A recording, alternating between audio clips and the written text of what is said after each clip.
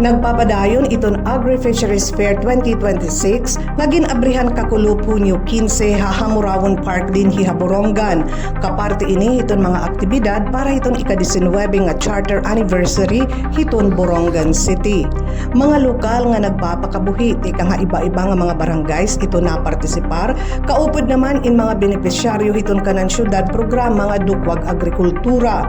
Usa ini nga paagi para mahipakita ngan mahibaligya hiton mga paraumangan mga parapangisda iton ira mga produkto. Sugad man nagtutuyo ini nga makaaghat hiton mga burunganon nga magnegosyo ha agrikultura.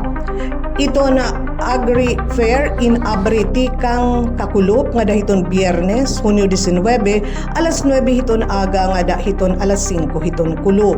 Mga presko nga di kalidad iton mga produkto nga igin babaligya sanglit hangyo gihapon hiton aton mga opisyal nga suportahan ini pinaagi hiton pagpalit hiton mga produkto nga igin babaligya didto. Samtang may ada pa iba nga mga aktibidad nga binubuhat yan na din Hihaborongan kasumpay hini nga selebrasyon.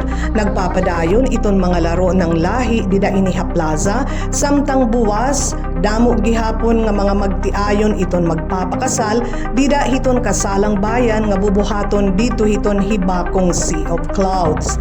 Buwas naman hiton alauna hiton kulop nakatalaan iton rumba ha syudad, sugad-sugad inihin amazing race nga papartisiparan hiton mga empleyados hiton LGU Borongan.